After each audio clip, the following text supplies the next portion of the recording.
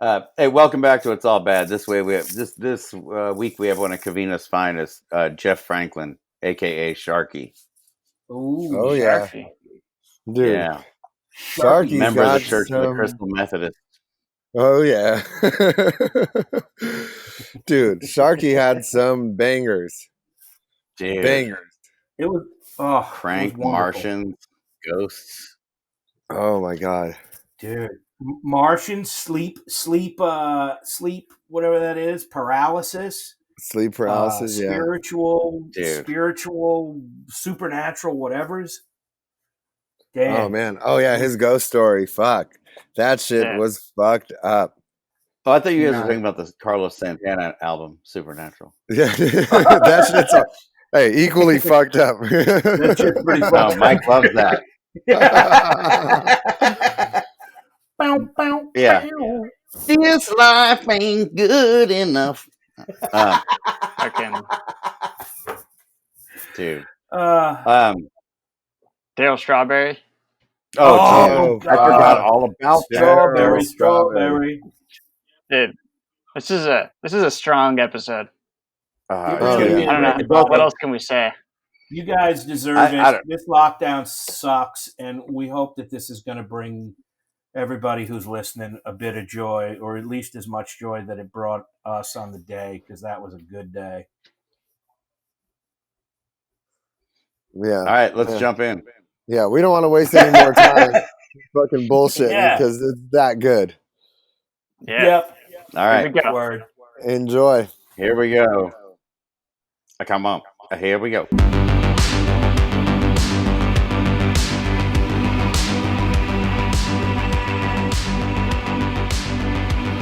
Yeah, we are.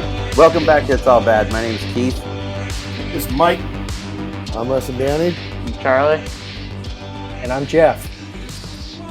Welcome back to another episode of It's All Bad. We got one of Covina's finest here, Jeff Franklin. I Yeah.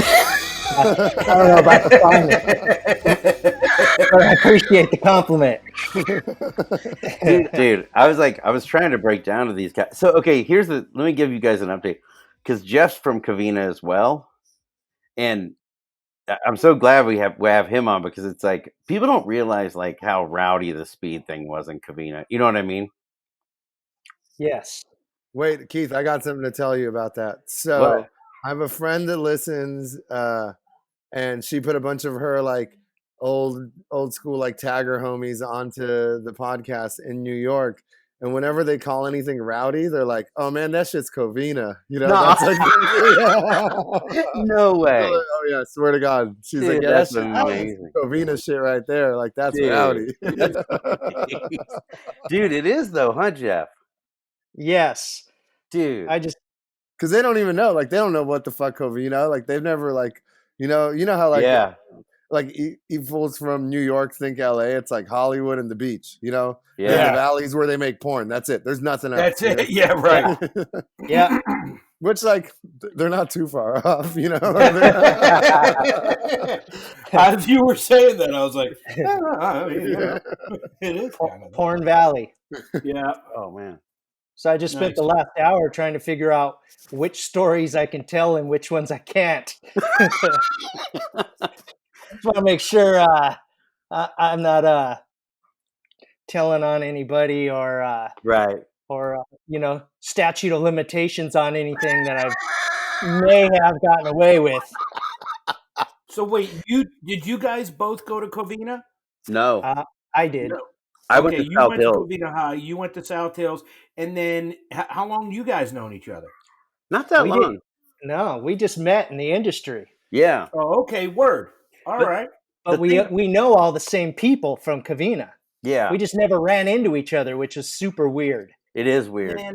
And once again, Los Angeles County is the smallest small town in the fucking world. Yes. Like, dude. it is the weirdest. Like, it never happens to me in New York. It'll never happen to me. Yeah. Very once in a blue moon in Rhode Island. I don't ever see any of my high school forever. It's a tiny little place. Out here, I'm just like, oh, did we go to college together, bro? Like, did I know you in high school? Like, it's insane. Where we're from, though, you have to understand, Covina it's only about 1 square mile and has 5 different high schools. So those are Yeah. 5 totally different crowds. Yeah. Because you went to school with Jimmy, right? I did. Yeah. But I ended up getting kicked out of Covina, and then I went to South Hills for a couple of weeks, got kicked out of there, and then ended up at Fair Valley at the continuation school. Oh, yeah. And that was just fucking nuts. People doing drugs. Fuck, we were snorting lines off the fucking tables in class. No way. Yeah. Yeah. Jesus. Dude, it was crazy. That does sound like a Fair Valley. Dude, Yeah.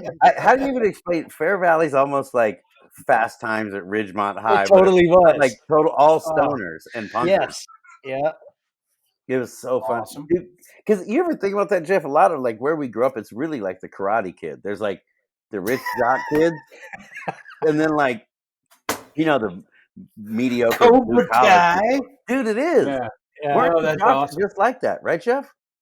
Pretty much. That's what they look Yeah. like with the Yeah. frosted hair and all that.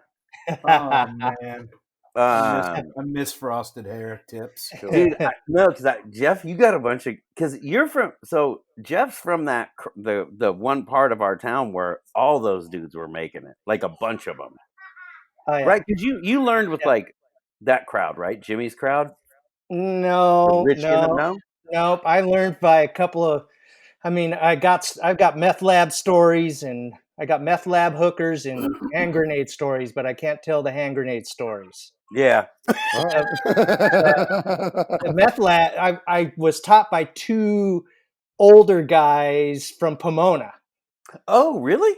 Yeah. How did that come so- about? Were you already using or no? Oh yeah. Yeah, I was I was using, I was selling, I was trying to figure out a way to learn how to make it myself because I didn't want to pay for it anymore. Right. And so then I had another friend who he was washing pills for another cook in Covina who was doing the guy was cooking like 10 pounds a week. So Oh, he really? he was a big Wow. dude. He was making a lot of shit, and he was paying this guy to wash pounds and pounds and pounds of pills for him, and the guy wasn't paying what he agreed to pay. So my friend was like, if you want pills, man, I've got more pills than you can think about. So these 2 guys that I was scoring from, I knew they were cooks. Yeah. So I'm like, hey, I got access to pills. And they're like, we'll take all the pills we can get. How much are they? I'm like, they're not for sale. You have to teach me how to cook, and I'll give you all the pills you want. And they resisted for a while until, remember when they took the pills off the shelf at the head shops? Yep. Yeah. Once that was gone, they had no access to pills, and they're like, all right, we're going to do this. So they taught me, I gave them the pills, and then I was off and running for about 3.5 years. Did you ever go to Chem Lab, Jeff? Yes. Can you explain? Because I feel like these guys think I'm exaggerating when I tell them about Chem Lab. Because it's, it sounds like break, but it's true, right? Yes. Yep. I would go that you couldn't buy 2 out of the 3 chemicals when you were there, because they would arrest you when you came out the door for conspiracy. But if you went in and bought 1 of the chemicals, you were totally fine. So I would send different people in to buy the different chemicals, and then I would go in there myself and buy them. But when you were in there, you're in this place called Chem Lab, and you walk in, and there's like 8, 9, 10, 12 people in there. And we're talking anyone that's fucking barefoot with fucking wearing motorcycle jackets and shit, fucking tweaked out of their mind, to fucking people in suit and ties that look like attorneys, and everybody in between. And everybody was in there buying the same 2 chemicals. Nobody ordered anything different. Just fucking people, and these fucking people are just slinging it out the door. Dude. But you had to leave your driver's license. They took pictures of your license plate. Yep. Yeah. Oh wow! They Yeah. took pictures of your license plate. Yeah. Yep. So people Yeah, would just pop fake plates and fake licenses and shit. Well, right? yeah, I mean, I would send people in there they would buy, and then they would take it to their house, and then I would go to their house and pick it up a day later. You just try and cover your trail. But the reality is that there was so many people buying it that, they didn't have enough manpower. So if you walked in there and bought like 20 pounds and you drove off, they were definitely going to keep an eye on you. Yeah. Got it. But if you're only buying a couple of pounds of this, couple of pounds of that, there's hundreds of people a day doing that. They just didn't have the manpower. Dude, and it is the weirdest thing because remember, like those nerdy dudes work there, and dude, but like, I used to always, I'm sure you did too, but I would be there and I've talked to Jimmy about it. I'm like, dude, there is no way that the government didn't set this up. I know. Like, I know. dude, Yeah. it's like It's so bizarre. it's. Yeah. It's like, dude, and I'm like you. I never saw a single person there who wasn't on speed. You know what I mean? Yeah. Dude. Wow. Yeah. Pretty crazy.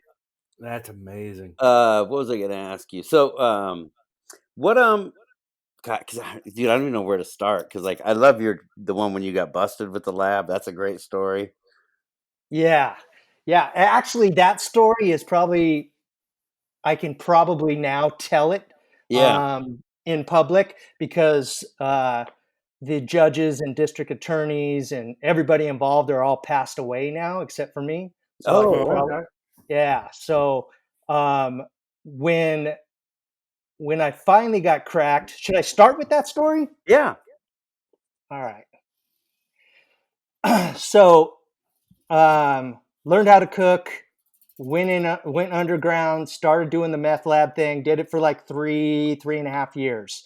And so when I was cooking, I wasn't selling. I was just cooking and giving it to the guy upstairs. I lived in an apartment complex, and then so I lived downstairs. I would give it all to the guy upstairs, and he sold it all for me. And I should mention so that you understand in the story, my dad was LAPD. So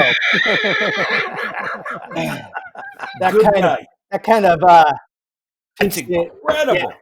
Yeah. Okay. So my dad was LAPD and San Dimas sheriff Yeah.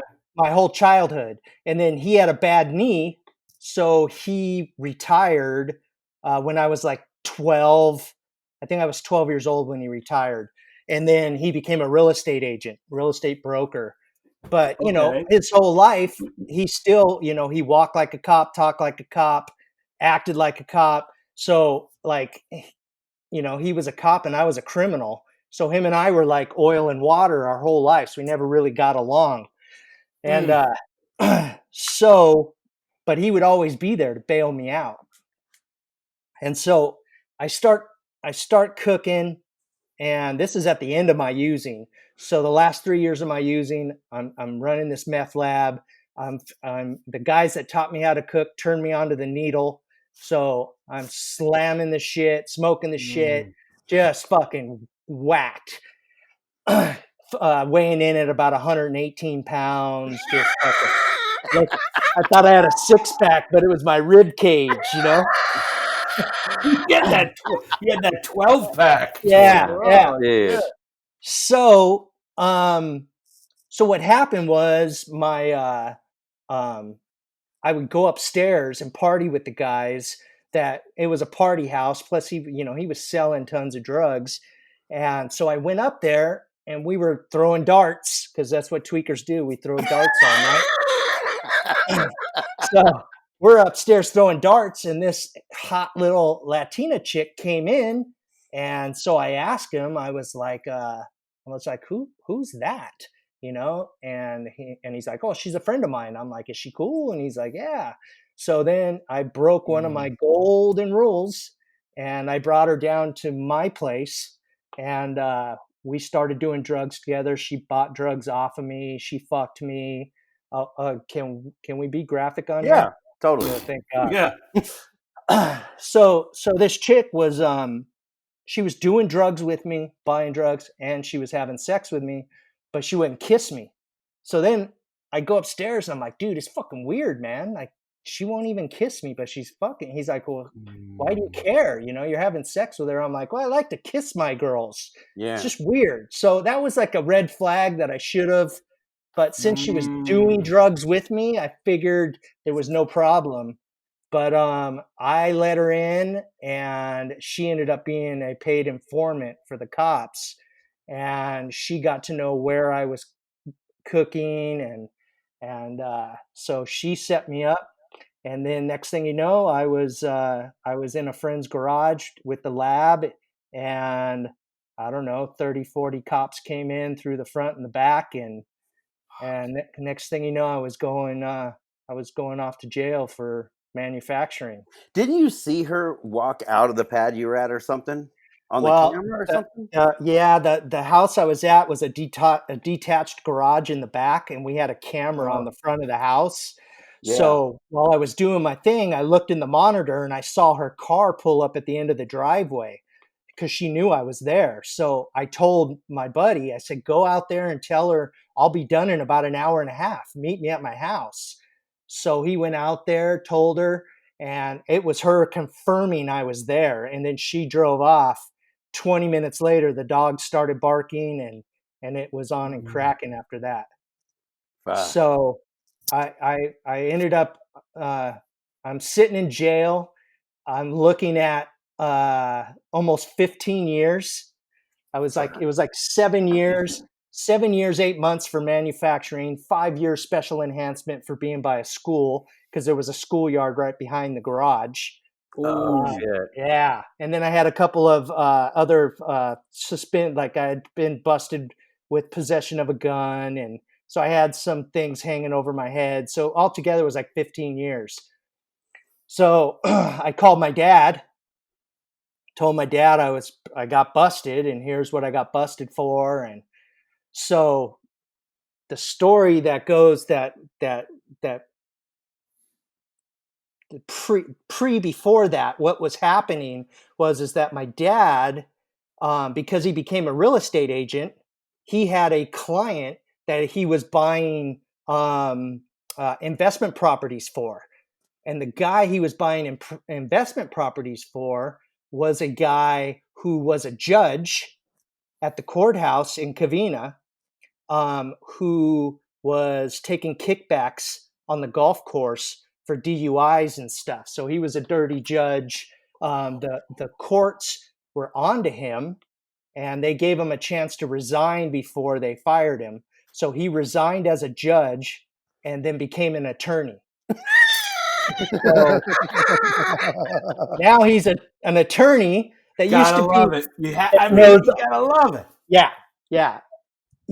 He knows all the DAs, all the judges. Of course. He's been there 20 years, you know. So when I called my dad said, "Okay, I'm gonna hire Jack for your attorney, and he'll be in to see you." And so that's how it all started. I had no idea. I'm just in the county going, "Fuck, I'm going to prison for a long time."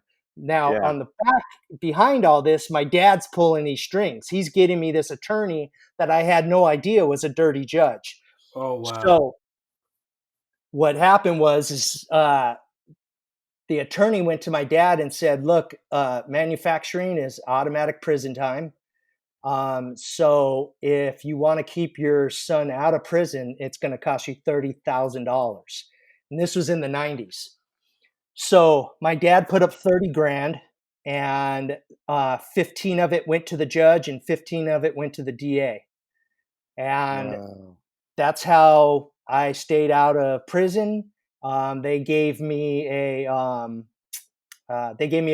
county lid. That's what it was. They gave me 1 year at the county jail, and I had to, in order to get 1 year in the county jail, I had to plead guilty to manufacturing for sales, 2 strikes. I had to take them as strikes, 2 strikes, double felony, and they would just give me time served and then do a county lid. So, How much time were you looking at if it was prison time? What was the original charge? What were they? The DA went to Vegas listen to this. The DA went to Vegas with my attorney for a weekend of drinking and gambling on my money. On the way back from Vegas, this is the deal. He said, look, here's your client's options. He either does 8 years or he pleads to 2 strikes and does a county lid. And that's the best that I can do. So those were my options. And so I took the 2 strikes instead of going to do 8 years. And then my attorney. So when we go in and I'm getting sentenced, all the drug task force, they were all on the front row of the courtroom during all the proceedings. So when the judge gave me a county lid, the fucking cops all jump up in the courtroom and they're fucking, this is insane, Your Honor. He belongs in prison. He's a Yes. Boom. Yeah. Love it. And I'm like, what the fuck's going on, man? I'm fucking sorry. I know that's the wrong attitude and not. I know. Wait, Yeah. Fuck them. Was it So go ahead. he calmed the cops down, and then the judge looked at me and he said, son, I don't know why the DA is recommending that you have a county lid, but He he said, but I'm going to go ahead and go with it. But I'm telling you, if I see you in this courtroom again, you will do double digits. You'll have your 3rd strike, 25 to life, you're gone. So don't let me see you back here. And then at the last minute, my attorney said, okay, he needs to be OR'd for 30 days to get his finances in order before he goes and does the county lid. And so they OR'd me, which was another thing the cops went crazy about, because it was like a $500,000 bail or something. That is seriously spitting in those cops' faces. Yes. So you would think that would be the end of the story, because I got out without doing any time. I got caught red-handed with the lab and didn't do any state time, and was going to go in and turn myself in to do the county time. But when I got out, my dope fiend head said, well, they raided me at my friend's house, but at my house, at my dad's house, I still had enough glassware and enough chemicals to do 1 more ounce. So I figured I better use up all my chemicals and get loaded for the 30 days before I have to go back into county. Right. And so that was my thought process. And but when when I got home, I told my dad, I said, hey, can we go in and see Jack and see if maybe we can get my 1 year county and switch it to 1 year in a rehab, because I'm an addict, man. If I get out of the county, I will use again, and if I use again, I'll cook again, and I'll spend the rest of my life in prison. Like, I need treatment. So he goes, all right, well, let's go in and ask Jack if we can do it. So he set up an appointment. We went in, saw my attorney. I told him exactly that. I'm like, look, I have a drug problem. I'd rather go to a rehab than go do county jail. And he just looked at me and he's like, are you fucking nuts? He's like, I just got you out of 8 years of prison time. And you got 1 year in the county jail for manufacturing. That's unheard of. If we walk in there and now ask him to even do even more and give you rehab, he's going to laugh us out of the fucking courtroom. But he goes, I'll go in and ask. I'll have to charge you, but I'll go in and we'll try. And I said, well, we got nothing to lose. Let's try. So he set up the court date. And so me and my dad go to the courtroom, and on the day, and this is where I believe God started working in my life, because we go to the courtroom, and the court doors are supposed to open at 8:30, the double doors. And my dad and I were standing there, and my attorney was nowhere to be found. So we're like, where the fuck's Jack, man? It's 8:30. We got to be in the courtroom. Well, we didn't know it at the time, but he had gone to the wrong floor, wrong courtroom. And this is somebody that worked in that place for 20 years. He knew the courthouse by the back of his hands, but for some reason he went to the wrong courtroom. So my dad and I walked through those doors by ourselves at 8:30 in the morning. And when we walked through the doors, the judge that had just sentenced me 2 weeks prior had called in sick that day. And there was another judge sitting there that looked right at my dad and said, "Mr. Franklin?" And it turned out to be my dad's old partner when he walked the beat in Whittier, when he was a cop. Wow. Holy shit. So my dad looks at me and goes, "That's my old partner." And he goes, right away, he goes, "Can I see you in chambers?" And I sat in the front row, and my dad went back into the judge's chambers. And 10 minutes later, the judge came out. He put my file on top, called me first, and said, "Mister, you've got 7 days to find a rehab. Case closed," and hit the mallet. And now I just walked out of the courtroom doing rehab for manufacturing. Yeah. So when we walked out of the courtroom, that's when my dad goes, "Son, if you don't believe in God and if you don't believe you have angels on your back, I don't know what just happened there, but you're being looked after." And while he's thinking all this God, religious, angel stuff, I was thinking, shit, I've got 1 more ounce I can cook for that 7 days. Oh God. Yeah. So that's Yeah. what I did. I went home and I cooked up the 1 ounce because my dad, I was the big bad drug dealer that fucking carried a gun and selling drugs, cooking dope, but I still always lived with mommy or daddy, badass. So I lived with my dad, but he would always be at his girlfriend's, and he would stay the night there. So as soon as he left for his girlfriend's, I cooked in my apartment, which I never do. I'd always go to a different location. But since I was only doing it this one last time, so I cooked up 1 ounce in my apartment, and then I decided, well, shit, man, in 6 days, I'm going to a rehab for a year because I didn't know nothing about treatment or rehab. I just figured I was going to be locked up. So I took 1/2 ounce upstairs, sold it to the guy upstairs, which gave me $500. So now I had $500 and a 1/2 ounce. I said, better get laid before I go to rehab. So I called up a fucking escort company, had a fucking hooker come to my house, and I'm there. I'm fucking, my fucking high beams are on, and I'm wired to the gills. And I got track marks running up and down my arms, and I got this chick dancing in my room, and I'm laying on the bed, and all of a sudden there's a knock at the door.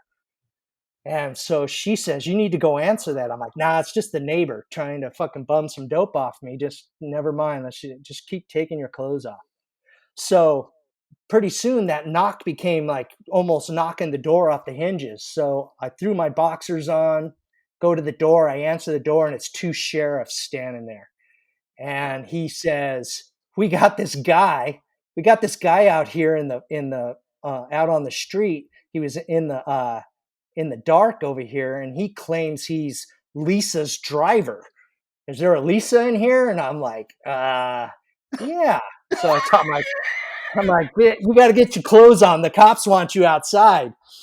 So at that time, I've got the door open, and the cops are like, the one cop looked at his partner and he goes, "Do you smell that?" And he's like, "Sir, there's a chemical aroma coming from your house. Can we come in and look around?" And I was like, "Man, nah, I'd rather you not."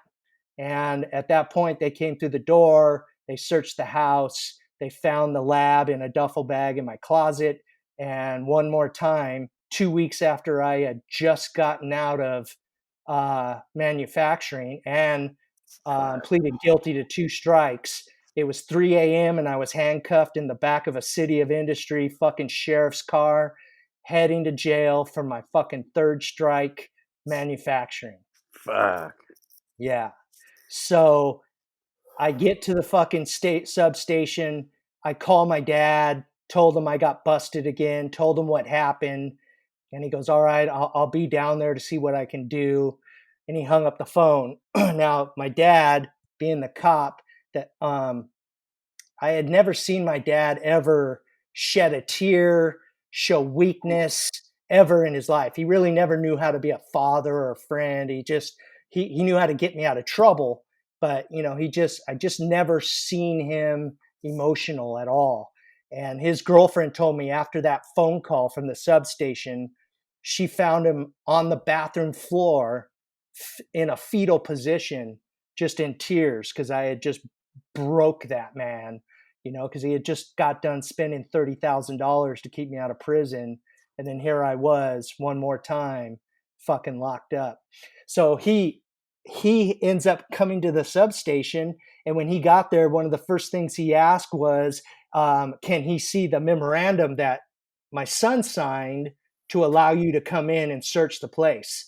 And because I had never signed anything, didn't allow and they just came in without a warrant and searched the place, they had to kick it out an illegal search and seizure, and they let me out 2 hours later. No way. Oh my God. You're the luckiest fucking man alive. Dude, he is. I got out of that substation. I walked into my dad's car. I said, take me home, pack a bag, and let's take me to rehab. And I went to fucking treatment, and I've been clean ever since. Fuck. Fucking A, man. Dude. Yeah. Dude, Wow. You want to go to the track tomorrow? Jeff, tell these Wait, guys. and you've been sober? Wait, and you've been sober since that day? Well, okay, that was in 98. And I stayed clean for 10 years. And then in 2008, I was married and had the white picket fence and had a baby, was living the dream. And then I thought, well, maybe I could just smoke pot on Saturday nights. So I started smoking some weed after 10 years clean. I smoked weed for a couple of years. And then I shook that, and I just took 9 years clean on Valentine's Day this year. Oh, congrats. cool. So, Nice. Wait, is that all you Wait, did hey, during your it's- relapse to smoke weed? yep. I'm pretty proud of you kind of for that, Yeah. Yeah, I was That's smoking weed, amazing. and my Fuck this is- wife was a blackout drunk. So I had to get her to quit drinking. So in order for me to get her to quit drinking, I had to quit smoking weed. I didn't want to, but Yeah. I'm like, so I had to try and save my marriage, and that's what got me clean the second time. Oh, right. When you got some recovery in you, it just ain't the Uh-huh. same. I'll open my shares with that. I'm like, hey, welcome if you're new. If this is your first meeting, run, motherfucker, because this is gonna fuck up getting loaded and drinking forever. Because once you get a little taste of recovery, it's like, fuck. I remember like going to hit the pipe. And like you just start hearing fucking AA, NA slogans going through your head, I knew this dude, man. I didn't have that experience, but No? because of the story I just told you, I knew I was never going back to crystal meth. Yeah. Like I had done blow through the 80s, crystal meth through the 90s. I probably slept twice through those 2 decades. And then As a gentleman does. yes. And so with the situation of literally pushing my situation right to the third strike and should by all means be locked up right now, I know I had no desire to ever go back to crystal meth. So when I started smoking pot, plus it was legal, so I could just go right into the fucking dispensaries, and the weed is so strong now, I'm like, fuck, I don't need any other drug. I just fucking smoke weed. It's like fucking heroin. Yeah. It's true. So Yeah. I had no desire to do any other drugs. I didn't have a head full of NA. None of that. I was smoking pot, but and I was functional. But what I do realize now is that I'm numb. I stay numb through life, and I don't want to experience life numb. I want the good, the bad, the happy, the sad. I want to feel that stuff now. Oh, that's So- great. Hey, Jeff, can you explain to these guys? I've told them before, but explain to them how, like, wasn't it kind of like overnight that all of a sudden everybody was doing speed in Covina? Yes. It was non-existent, and then all of a sudden all these guys are making it. Yes. And I think that rang true all across the country. There was all these closet, basement labs popping up everywhere. Yeah. So I remember like my first experience with it after I had it once.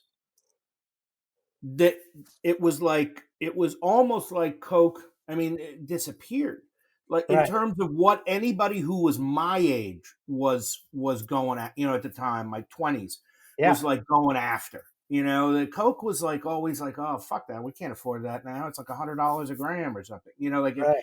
By the late 80s, it was just like, whoa, like I'm a college kid. I don't have $350 Right. to like blow on enough Coke for me and two dudes. Oh yeah. There's never enough. Like, Yeah. it was never good. And, and also, by the way, I got to go to New York to get it? Like, come back. Yeah. Like, it was a fucking bitch. Well, So I it had was like, spent.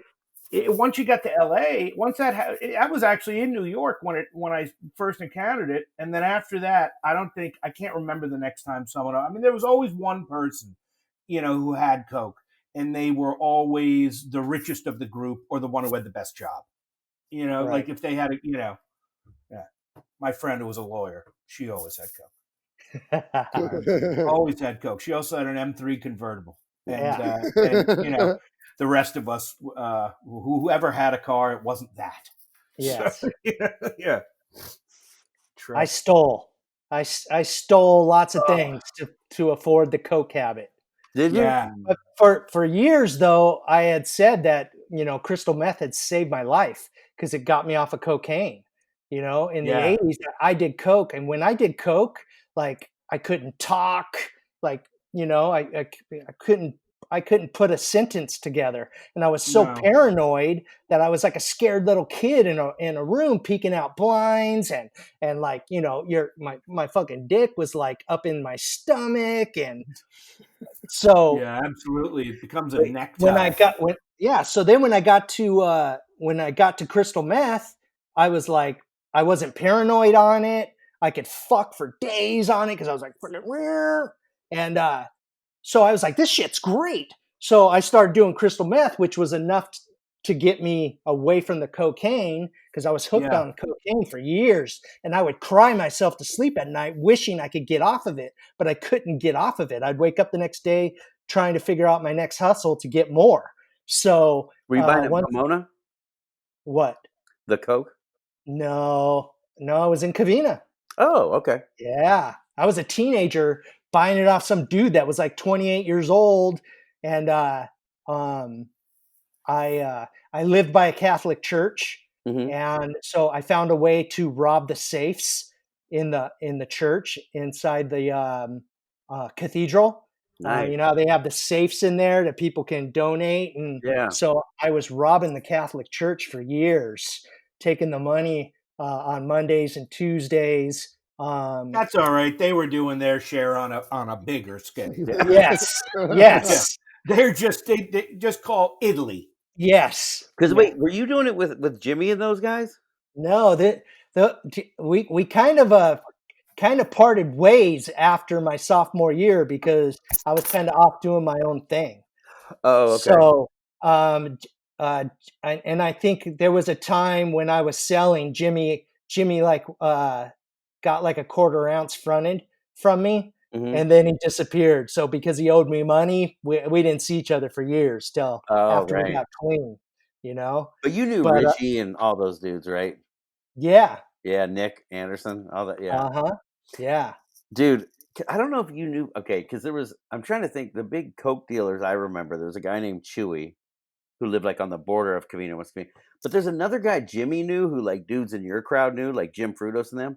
I can't remember his name, but he's the dude who would have green balloons filled with cocaine, and he'd tie them in his avocado tree. Oh, that's I how don't he know did who it. that is. Was that the Emperor? Maybe. Yeah, the Emperor. But that was during the crack days. Yeah. Yeah, I smoked crack for like 6 months. That was the fucking worst 6 months of my life. Dude, I'm with you. I can't stand it. I did it one time. It was awful. Danny loves it, of course. Was it crack or was it freebase that you were smoking? Crack. We used to freebase in the Coke day, but when the crack hit Compton, it made it to Covina, and that was it, man. We were smoking everything. I don't care. I would sell my mom if I was able to sell her. I'd sold anything to get my hands on crack. It was horrible. Yeah. But and then when I was robbing the church Who was as a selling? teenager to buy the coke, because we would go out on the backyard parties on Friday and Saturday night. My friends would buy the weed and the beer, and then I would buy. Then I would go to the church, rob the church, and buy coke. And then one day on a Friday, I went in there, and the safes were empty. So I didn't know what to do, and a lady came in, and she walked up to the podium, and she was on her knees praying at the podium, and I fucking robbed her right there while she was praying in the church. So for years, I'm like, fuck, I'm gonna burn in hell for this. And so I robbed her right there at the podium, ran outside. When I ran outside, there was a bunch of people out there that weren't there when I walked in, and some guys jumped in their truck and chased me to be a hero. And I was like 17 at that time, and I got caught, and I ended up doing a year in juvenile hall for robbing that lady in the church. Oh shit! Yeah. Wow. What was your dad? I mean, did your dad you're talking about a cop, and he's just like, wait a second, what? You robbed a woman inside of a church? Yeah. Praying. Yeah. A woman who was praying. On her knees, praying at the podium. Knees praying. It's just like, I got this. She's Wait. toast. Now, what did he say? Well, he didn't say anything because my parents divorced when I was 13, and and so I was living with my mom at the time. So my mom didn't want to tell my dad because she was afraid that that he would take me from her. So she didn't tell him. Right. So I ended up in juvenile hall, and it was too late by then. He told me later, he's like, if you would have came to me, you wouldn't, have done the time you did, but you guys didn't tell me. So, next time you get in trouble, you need to call me. So, and that's what I did after that. And you did, yeah. Yeah. You sure There was a bunch of, yeah, thank God. And there was a bunch of times where, I got pulled over and I would have drugs on me or whatever. And I would always use that cop card. I'd be like, my dad used to be LAPD, and they'd be like, oh yeah, what's his name? And then 50% of the time they'd be like, all right, well, go home. And the other 50% of the time they're like, you're going to jail. And then they would tell me, how many cops' sons I've had in the back seat of my car? And yeah. Oh man. Yeah. What's wait, who did you have a crack dealer in Covina too? Hartley Street.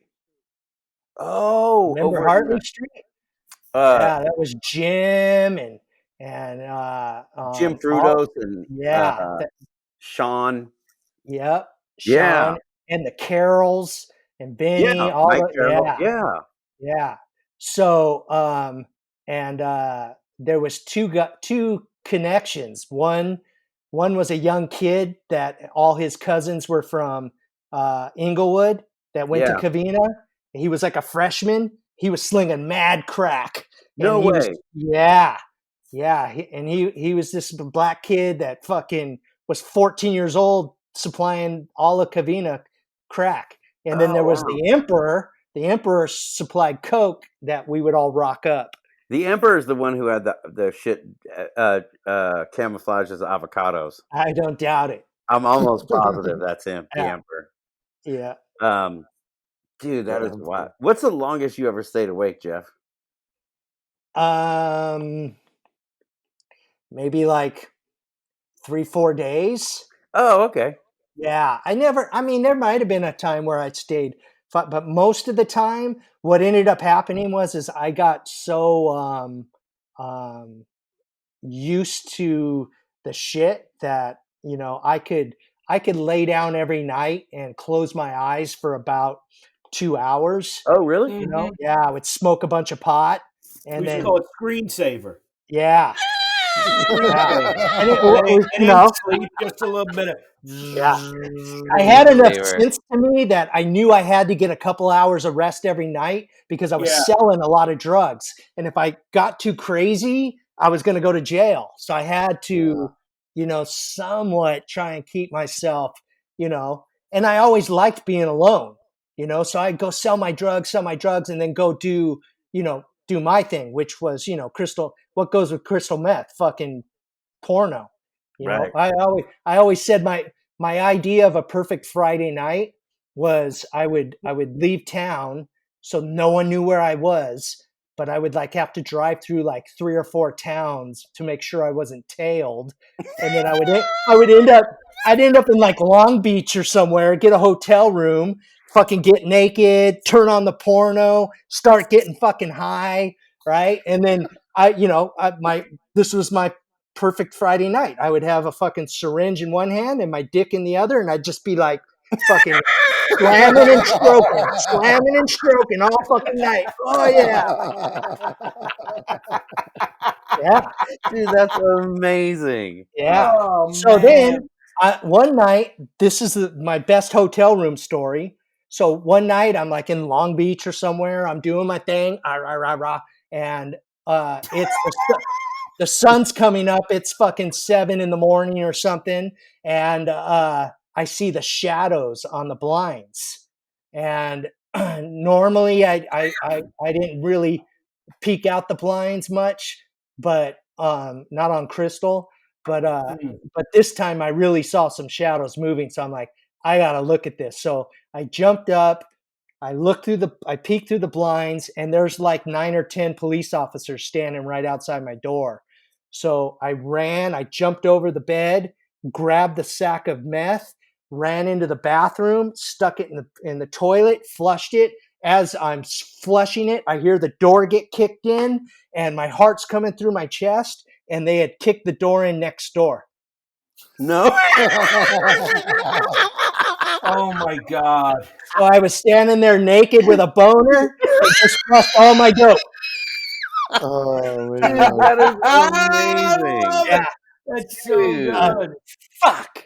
Dude, it's so dude, you should, when we had Stacy on the other day, she goes, Jeff's stories make mine look like Little League. I don't know. Hers is pretty crazy too. I got a Daryl Strawberry story. Remember that one? Yeah, let's hear it. Boom. Let's hear that, please. Okay. So, I remember him. Daryl Strawberry. So before I was cooking, I was just selling. I was selling, and I was selling a lot of meth, and my business got big enough to where that's when I was like, I got to learn how to make this shit, man.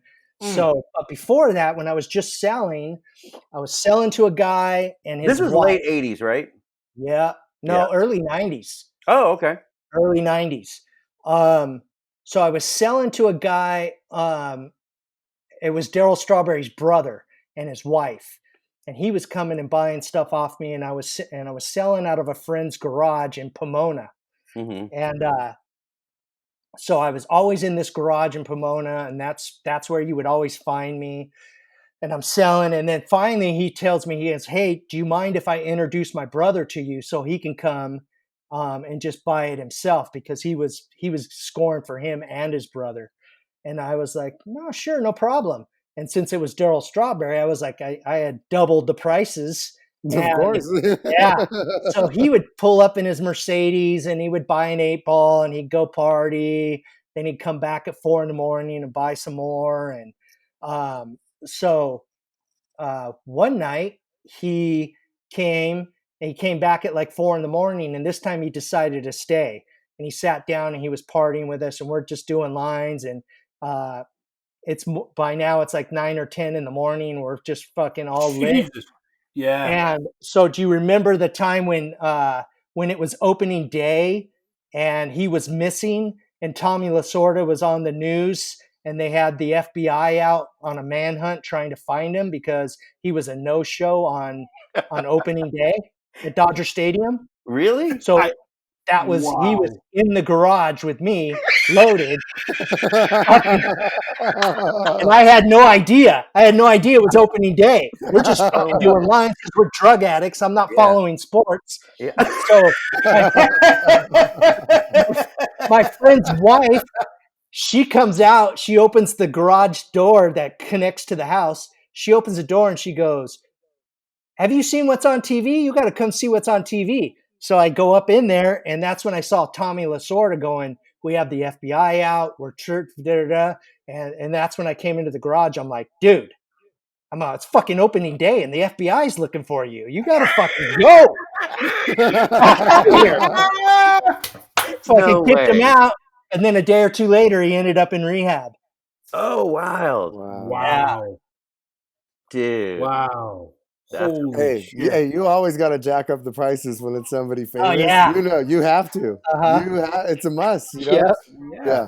It's Yeah, like I if think I'm I was selling charging him double what I was charging everyone else. Oh yeah, easy. And you could get more. Yeah. I think I've told. I don't even know if I've told this one before, but I think I did. I had a dude who because we had one friend that this dude would make. He would take coke and I sold him a lot of coke, and he would take it and his way of testing it. Have I told this before, Charlie? I don't think so. No, I don't think so. Was he down in Manhattan Beach? Yeah. Whatever. That's fuck cool. it. I'll Tell it. you. No, tell it. Who Yeah. cares? Yeah. Yeah, I So want to this hear dude it would again. always test. He would take the coke and he would test it, and where he would wash it with ammonia, with clear ammonia, and he would take it, and he'd be like, oh, let me get a gram before he would get an ounce or whatever, whatever amount he would get.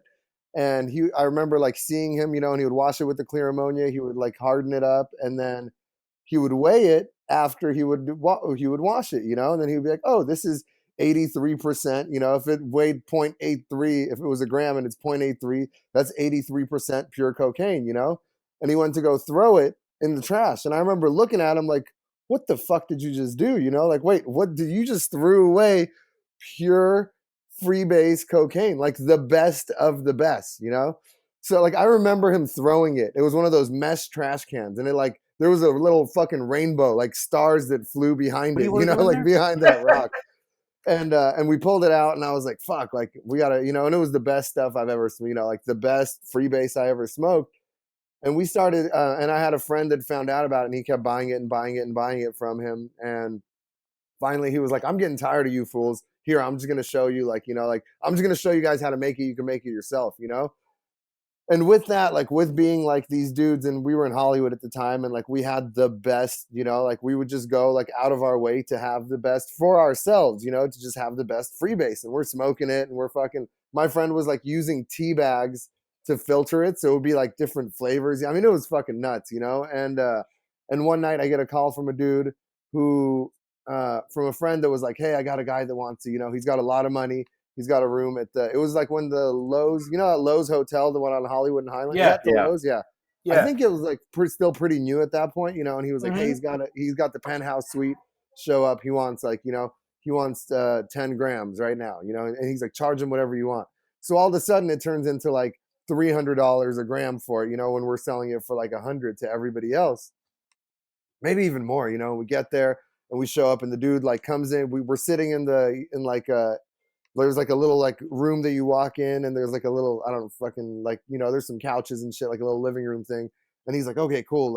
He's like, you guys got a pipe? We give him the pipe. We go, and he walks into the other room, and there's a chair, and you see a silhouette, and the guy's kind of lit up all fucking, all crazy. And I just remember seeing the lighter come out, and just fucking, and it sparks up, and you see the size of this dude, and it's a big motherfucker, and I'm still not putting two and two together. And he comes back and he's like, all right, cool. He's like, well, whatever that was, I need 2 times that amount in an hour, because then we're going to go through it quick. And I was like, all right, cool. We'll be back, And we come back and we walk in, and the dude comes out and gets it. And I realized that I'd seen this guy somewhere before, and I'm like, fuck, who is this fucking dude? And I asked my friend, he goes, oh, that's fucking, I forget the guy's name, but basically he was Lamar Odom's best friend. Oh. And it was Lamar Odom that was fucking sitting in that chair that was fucking freebasing whatever the coke that we were getting him in, I think we walked out of there one night with it was something crazy. It was 6 grand. We're like, we fucking made it. We're set for the next life. We're ready to retire. We're gonna retire. And then a little while after that he had that whole incident at the fucking bunny ranch, and they found him fucking passed out. Oh man, fucking, I don't Mhm. remember hearing that story. I'm glad you Yeah. told it. Yeah, I don't remember that one either. You never took it that far to Lamar Odom. That's wild. Well, that's Hey Jeff, Yeah. And then that dude, and then the dude who was his assistant or whatever, he was on that show. I guess he died. He was like whatever his best friend, like assistant dude. I just found that out too. At Yeah, the maybe in same the at last, the like, same 2 years. time when No, Lamar ended up in the hospital, or maybe a little bit after that. oh, okay. Yeah. Yeah, fuck. But he was like on that he was on that show. He was on like Keeping Up with the Kardashians. He was always on there right. fucking hanging out. Oh wow. Yeah. Jeff, what's the craziest experience? Like, what's the highest you've ever been? Like hallucinating, you know what I mean, or Yeah. weirdest trip you've ever had happen?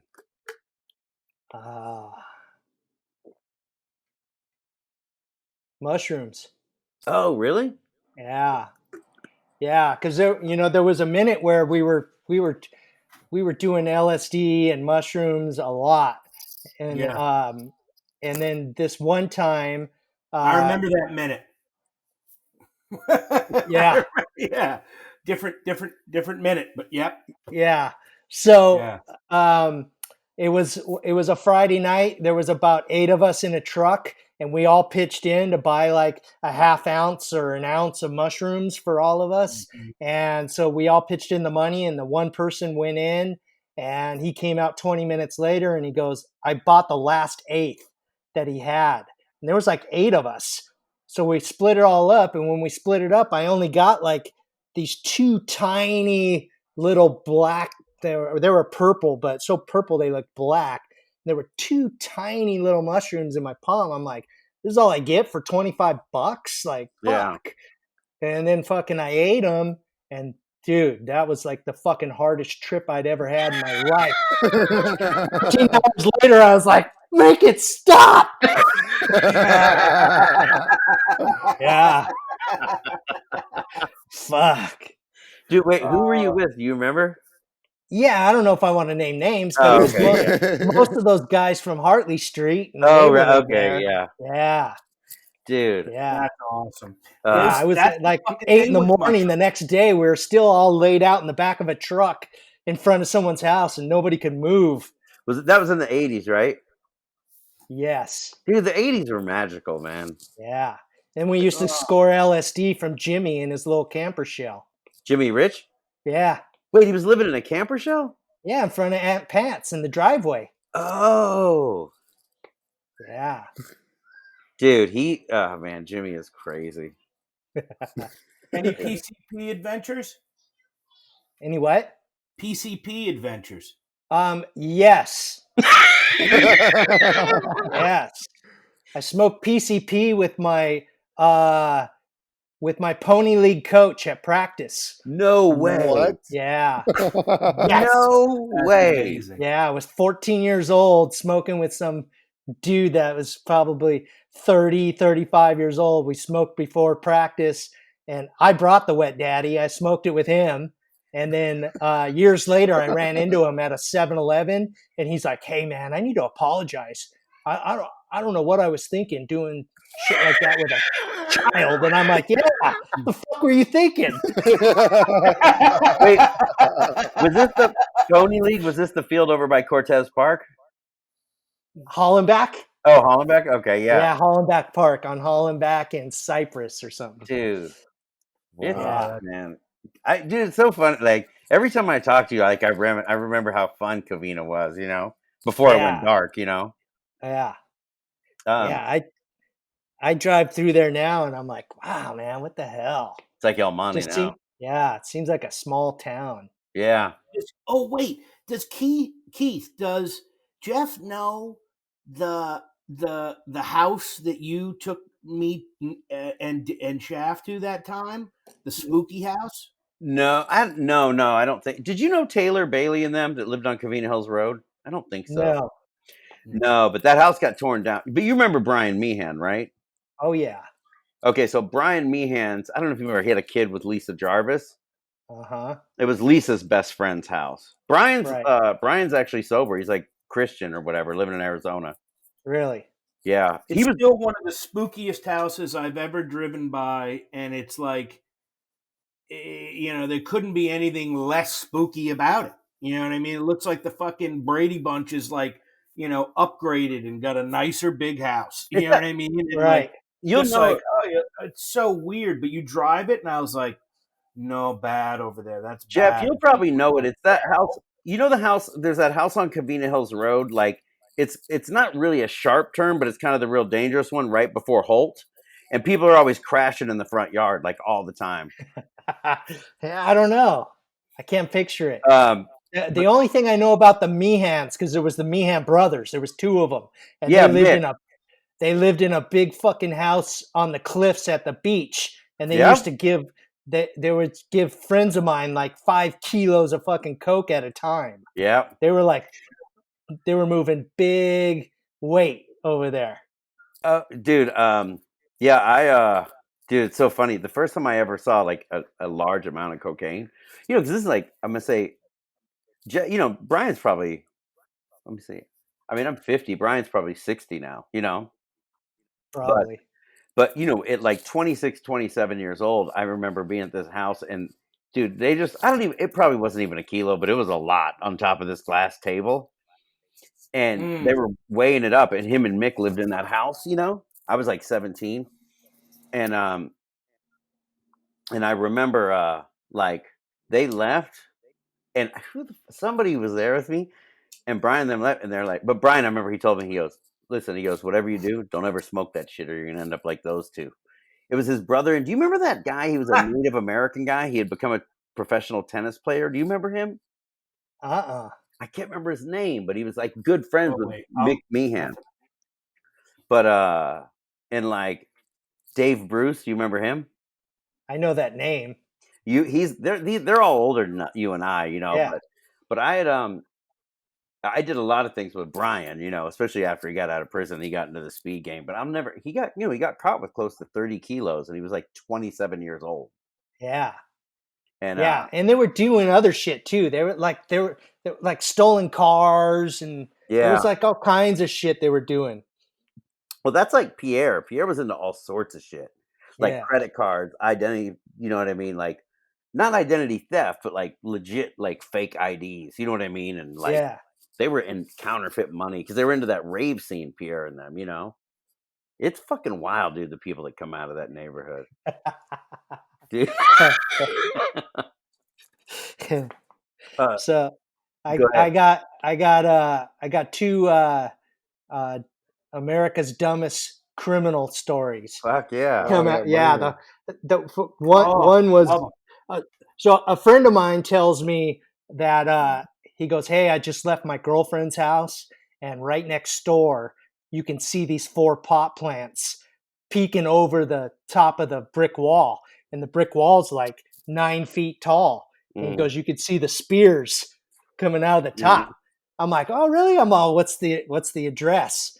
So he gives me the address, and so I drive over there, and at that time I had a 4-door Granada, 79 4-door Granada that my dad let me drive.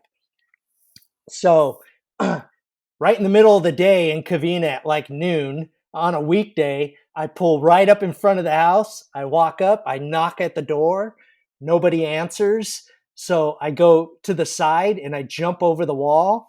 And as soon as I jumped over the wall, I had 2 boxer dogs staring right at me. So I hit the ground, I stared them down, and I said there was no turning back. So I just started walking right towards them, and they ran away. So it took me like 20 minutes to be able to snap these stalks on these 4 weed plants because they were so big. So finally I got them snapped, and I threw them over the wall.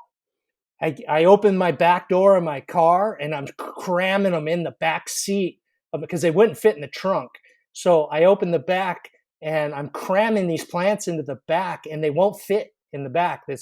So I get in, and I roll down the back windows, and I've got the plants like sticking 3 feet out, driver's side and 3 feet out the passenger side, and it's just fucking weed sticking out of my car. Yeah. And I'm driving through Covina to the other side of Covina where my house is with weed fucking sticking out of my car.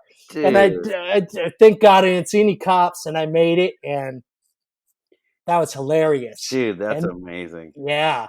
And then another buddy of mine tells me where there's a lab set up, and if I wanted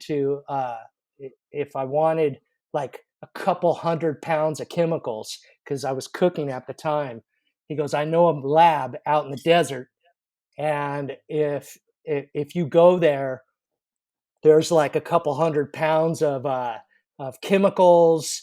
There's guns. There's all this stuff. So he goes, and I know the guy ain't home. So here's the address. So he gives me the address, and me and another guy, we drive out to the desert. When we drive by, and there's no cars in the driveway, and it's like a duplex. So I'm like, all right, let's go for it. So I pull in the driveway. We get out of the car. We walk up to the front door, and I kick the front door open. And as soon as I kick the front door open, there's a sign right there with a drawing with an explosion. And it said, good job. In about 20 seconds, you're going to fucking lose your life. And it had like an explosion. and I knew the guy was like all whacked. I knew who he was, and I knew I couldn't put it past him to fucking booby trap the house. Yeah. So when I kicked the door in and I saw the sign saying you're dead in 20 seconds, I'm all, run! And we run outside. I get in the car and we fucking drive away. I go to the nearest payphone. I call my buddy that gave me the address. I'm all, hey, I'm like, I kicked the door in, man, and there's a fucking sign saying that we're going to blow up. And he's like, well, did it blow up? And I was like, no. He goes, there's no fucking booby traps. You just fucking wrote that. I'm like, oh, okay. So then I drive back, pull in the driveway. We go in. I see the bedroom door because he tells me it's in the bedroom. I see the bedroom door. I open it, and there's boxes everywhere. So I'm like, grab the boxes. So we grab the boxes, and we fill my car as much as we could with all the stuff we can get. Got in the car, drove away. I was like, fuck, that was awesome. We made it. So we drive all the way home from the fucking desert, drive all the way to Pomona. We get the boxes. We put the box in the room. I open up the boxes, and it's just all glassware. And I was like, what the fuck? So I called my buddy, and I'm like, dude, I took all the boxes out of the bedroom, but it's all glassware. And he goes, did you go in the bedroom to the left or the bedroom to the right? And I'm like, there was a bedroom to the right? So I fucking kicked the door in and went into the wrong bedroom, did the wrong shit, left. So what do? Because he's like, all the real shit's in the other bedroom. I'm like, we're going back. I got in the car, drove all the way out to the desert. Yes. Third time showing up. And when I pulled around the corner, dude was there with like 10 guys standing in the driveway. I just kept driving. And I was like, God, that was fucking stupid. Oh my God. You know what's weird? Yeah. So I know who you're talking about, you know? Uh-huh. And here's the weird thing. I think I told you this. So, because I didn't, you know what's weird? Like, I didn't know you. I barely knew Jimmy Rich, you know, only like in the mid to late 90s. But the guy you're talking about, this is kind of a good story in a little bit. It's not any great fucking laugh, but I don't know if you ever knew Troy Griffin, but Buckethead. He's a friend of mine and Brian's, right? Uh-huh. And so I was like, you know, I was doing my thing, and Troy had like dudes cooking for him and whatnot. And he lived out in the San Gabriel Valley, you know how there's like those, it'll be like condos, like 3-story condos, and then the driveway dips down into the ground, like, and there's garages, you know what I mean? Mm-hmm. One of those, but it's in Chino, right by the Big Lots. And Troy's, he's on parole, I'm on parole, and he's staying out there with this guy, Dave. And, you know, I'm dealing. Troy has dudes cooking, he's dealing or whatever, but I go to Troy's pad, and I'm there, and it's because it's like the balconies face each other, over that driveway, right? And like across the way, I cannot remember this fucking dude's name, and I know you knew him because he went to school with you guys, but there's this dude, and there's always like girls over there, so that's what got us interested. You know what I mean? And we were like, Uh-huh. fuck, we're like, oh man, what's up? So anyway, I befriend the dudes or whatever. Hold on one second. I befriend the dudes or whatever, and then I'm like, where are you from? They're like, Covina. I'm like, fuck, what? Really? What's your name? Anyway, that's where I met the dude that you robbed, right? He would show up, like, dude across the way would have us scurry off, and then this dude would show up, and he literally looked like a dude out of a Gap ad. He did not look like he was from Covina. Yes. Yeah. Like And polo he's shirt, tied into the khaki. Mehans and stuff. I Yeah. was a little nervous to tell this story because if he ever comes across this, he still doesn't know it was me that robbed him. Oh yeah, no. From what we're saying, he would never have any idea. Right.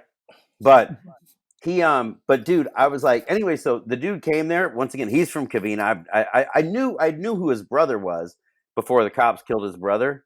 And but I was like, fuck, man, that dude is never gonna get busted. He was like a normal dude, Yeah. And he Dude, lived and in he like was Newport. dude, And he was doing insane. yeah. And amount. but here's the craziest thing. So, we're in Troy's pad. Like, I'm not living there, but Troy and Dave are.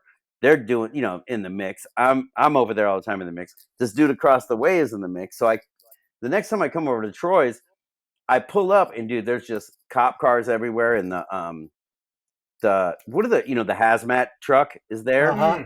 Oh, And I'm wow. like, oh, but weird. But the one thing that was weird about it is I'm like, maybe they're just taking precautions, because I did know that nobody was cooking in Troy's house and nobody was cooking across the way, but still, I just was positive it was Troy because we were both on parole and all that. Right. And I get there, I'm like, fuck. So I go and I page him, and he calls me right back, and I'm like, dude, he goes, I'm here, just come over. I go, dude, there's fucking like 10 cop cars. He goes, yeah, it's not us, it's the dudes on the at the very end. So not only were we in the mix of the people across the way, but these like Crip dudes from Pomona, they had a spot at the end, and they were in the mix, and they're the ones who got busted. Right. Yeah. That happened over off Hartley Street too at one point. I don't know if you remember, they raided like Chris Shaper's pad and Nick Anderson's pad at the same time. Yeah. Like, Yeah. 2 for Tuesday. Yeah. Dude. Yeah. So Mr. GQ was doing like 10 pounds a week. Oh, and yeah. then I helped him move into that house in Newport. Oh, And okay. when we moved him over there, right when we got done, he had those punch bowls, a Mhm. punch bowl like you'd see at like your 8th grade dance. Yeah. Yeah, He had sure. one of those full crystal meth on the living room table. He's like, go ahead, help yourself. I was like, holy No shit. way. Yeah. Dude, he was doing big things. I think he escaped from that without ever going to jail, I think. Yeah. Yep. That's what I heard. He's the only one, though. I know. Yeah. You And know. he used to carry an Uzi under his seat. And he said, when they finally catch me, I'm not going alive. Oh, really? So, yeah. Dude. So I thought he was just going to end up in a shootout and dead by the end, because everyone gets caught eventually. Yeah. But now he's like doing some construction work or some shit. Yeah. Sounds like somebody made a deal. Yeah, maybe. Like I mean, Yeah.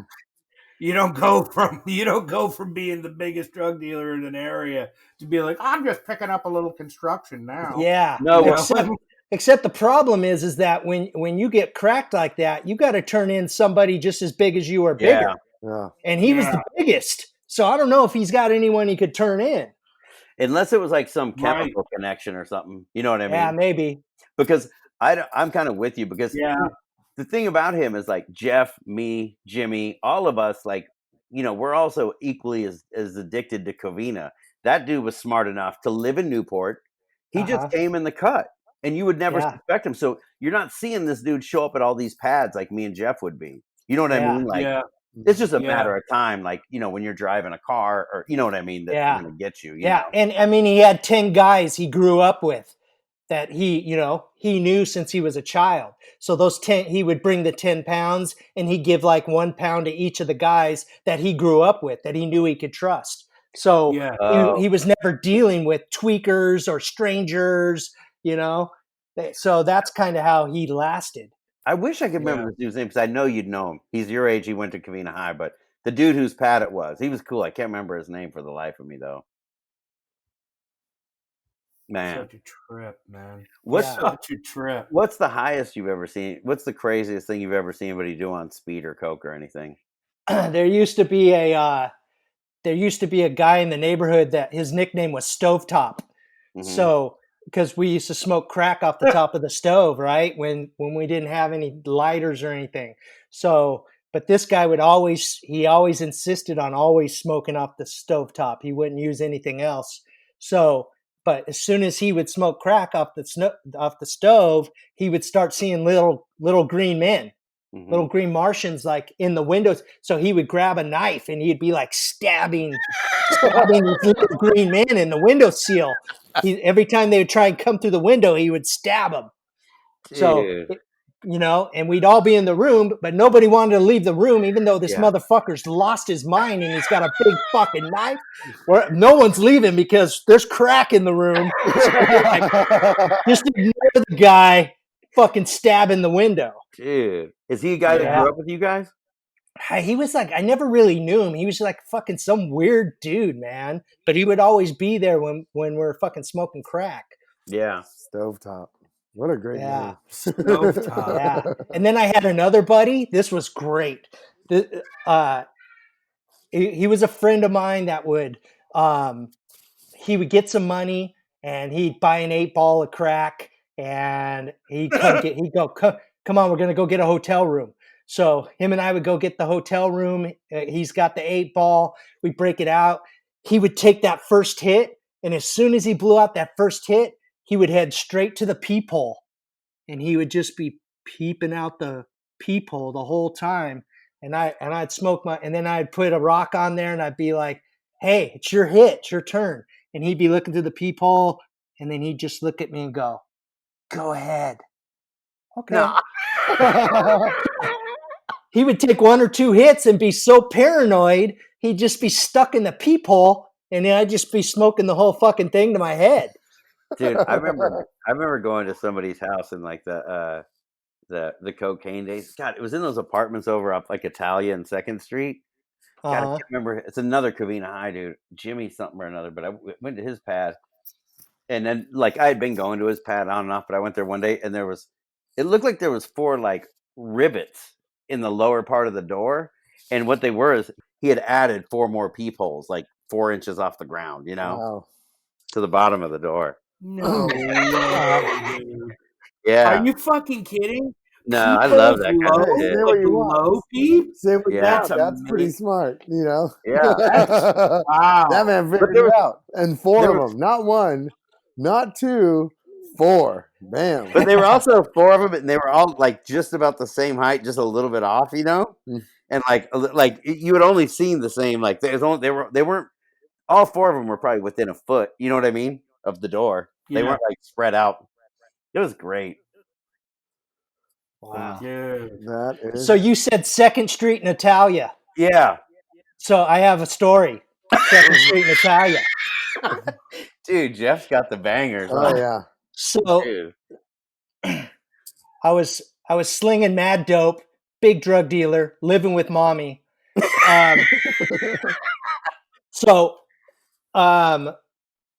My mom and I had to move from one apartment up on Barranca down to Barranca, and we went from Barranca and Cypress Mhm. down to Barranca and Roland. Right. So it wasn't that far. Yeah. But so we had to be out by I think we had to be out by Sunday. I started moving on a Friday. I had a couple of friends come over, got everybody lit, and we spent the whole weekend just moving shit.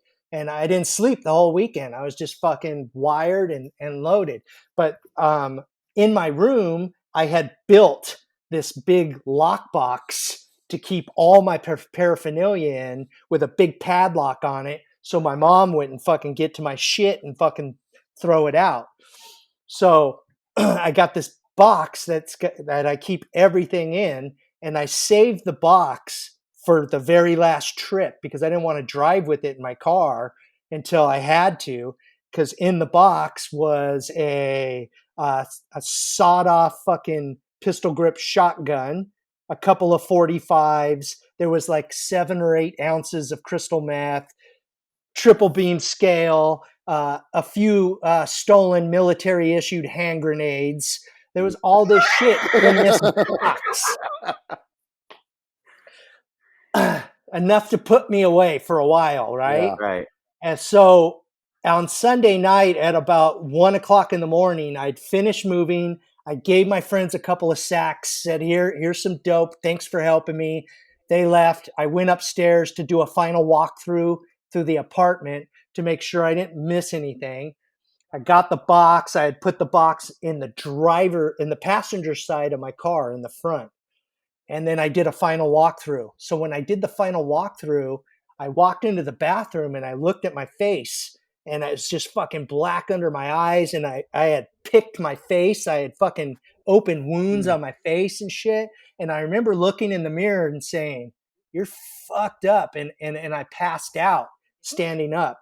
And when I passed out, I bounced my head off the faucet and I fucking got this fucking faucet mark on my fucking forehead.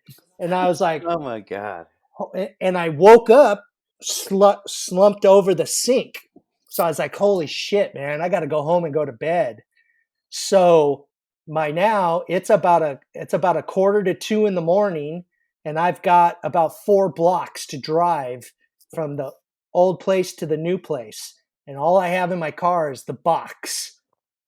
So on my way there, my pager goes off. And it's my friends, like my close friends. I stopped at the 7-Eleven right there on Brink and Rollin. Yeah. And I call and they're like, we need some shit. We're leaving the club. It's almost 2 a.m. We're leaving the club. And I'm like, dude, I'm tired, man. I need to go home and go to sleep. And they're like, please just wait 15 minutes for us. We're on our way. And I'm like, okay, just hurry up. Now it's starting to sprinkle. And it's about to rain. So I drive over to his place, which is right there on 2nd and Italia, and I park out in front of the apartments, and I park and I'm waiting 10 minutes for them to get there, and I fall asleep. And I wake up to a flashlight tapping on the window, and when I woke up, right directly in front of me was 3 squad cars with all their lights lit up. I look in the rearview mirror and there's 3 squad cars behind me with all the lights lit up and a cop standing right at my window tapping. And I looked at him, I looked at the squad cars, and I looked down at the box because it's just a plywood box with a big fucking padlock on it. And it's 2 in the morning. I'm fucking picked up with a fucking faucet mark on my forehead. And it's raining. So I roll down the window and he says, what are you doing sleeping in your car? Because you're not supposed to park in Covina after 2 a.m. And it was like, I woke up to him tapping at the window. It was like 2:10. And he's like, what are you doing sleeping in the car at 2 in the morning? And I was like, well, I'm waiting for my friends to come home. I was going to go visit my friends and I fell asleep. And he's like, I ran the plates to this car and it comes up under Yolanda. And he's like, so you got to wonder, like, I'm running plates to a car that's to Yolanda and I see some dude sleeping in it. So I need to know what the story is. And I'm like, well, it's my dad's girlfriend's car. And I said, and my dad happens to be retired LAPD. I had to throw that one out real quick because the box was right there. And he goes, really? He's like, so what's your dad's name? And I told him. And then he said, okay. And then the next thing I know, over the cops' fucking radios, I hear a fucking phone ringing over the radios. And I hear my dad answer.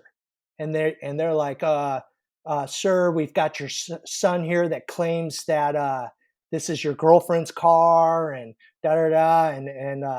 And he goes, yeah, that's my son. Yeah, I'm retired LAPD. That's my girlfriend's car. It's no problem. He goes, He's like, all right, sir. He comes back. He hands me my driver's license, and he looked at me and he goes, do me a favor. Go home and sleep. Don't sleep in your car. Get out of here. No And I way. started the car and I drove around all the squad cars, and I'm just fucking like, I'm thinking to myself, why didn't anyone say, what's in that box right there with a padlock on it?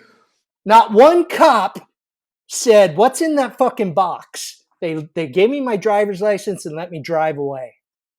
That's amazing. Yeah, that's the angels on my back. Yeah. Man.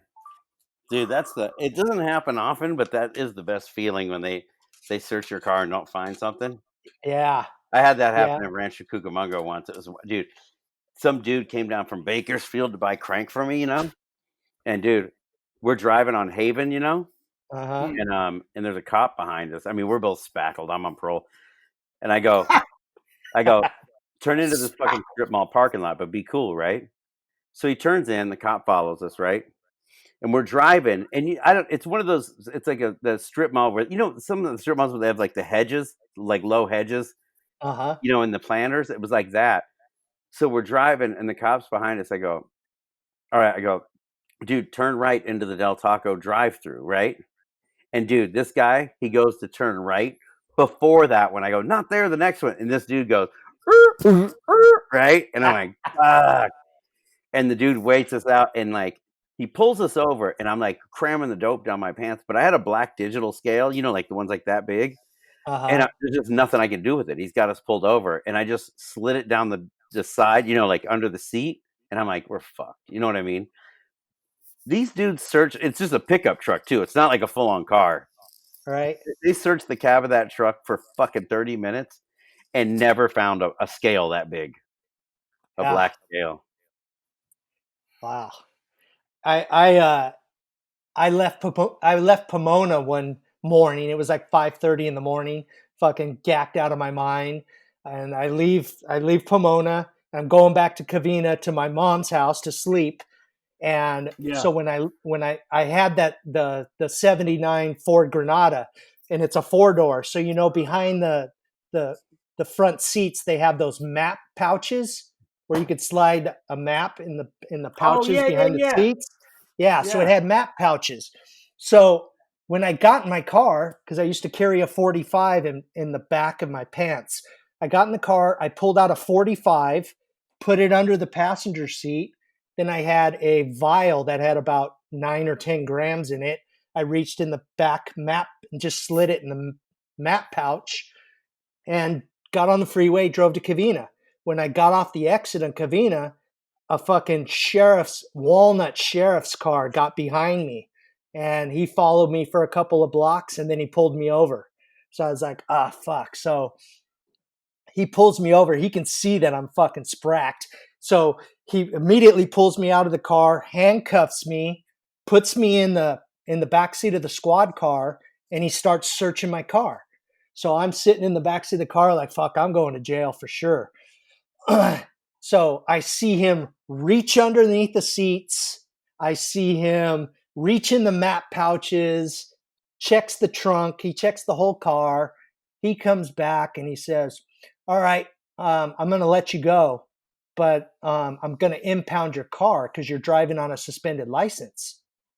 And I'm just sitting there in shock because I'm like, how do you not find a 45 underneath the seat? A 45 is like a fucking cannon, right?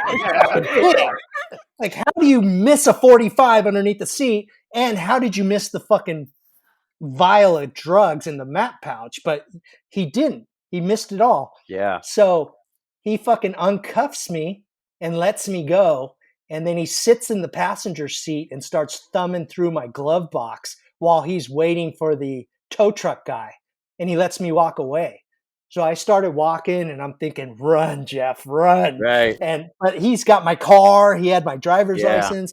So I walked about 100 yards, no, maybe 50. It was about 50 yards from the car. And as I'm walking, I hear behind me, I hear the squad car coming at me 100 miles an hour. And I turn around and look, and he's got his gun drawn on me. On your knees, motherfucker! He had found the gun. Oh shit. Yeah, Oh, so he man. found it when he Fuck. searched the car a second time. He found the gun. So he fucking threw me on the ground, fucking stuffed me, cuffed me, threw me in the squad car.